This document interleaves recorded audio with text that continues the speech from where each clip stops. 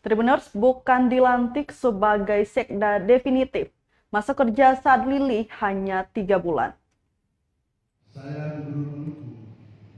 Sadlili akhirnya tak lagi menjabat sebagai pelaksana harian atau PLH Sekretaris Daerah atau Sekda Provinsi Maluku.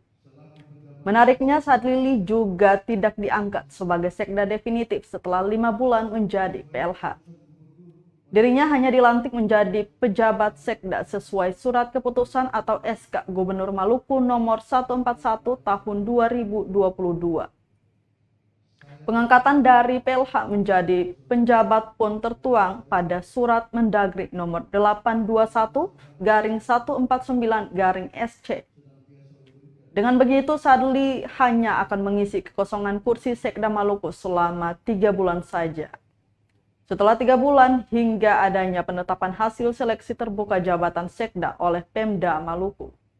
Hal itu sesuai Peraturan Presiden atau Perpres nomor 3 tahun 2018 tentang penjabat sekretaris daerah.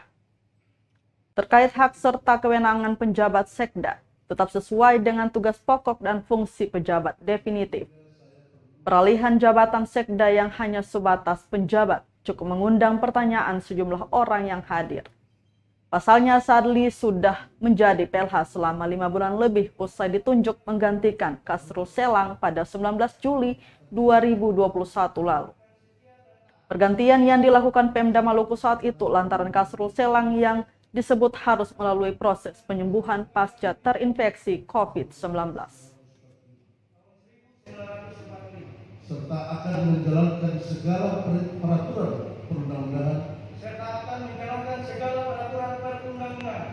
dengan seluruh-seluruhnya demi dharma bakti saya di tingkat provinsi. Selain itu, Sekda adalah juga sekretaris gubernur dalam kedudukan sebagai wakil pemerintahan. Terima kasih sudah nonton. Jangan lupa like, subscribe, dan share ya.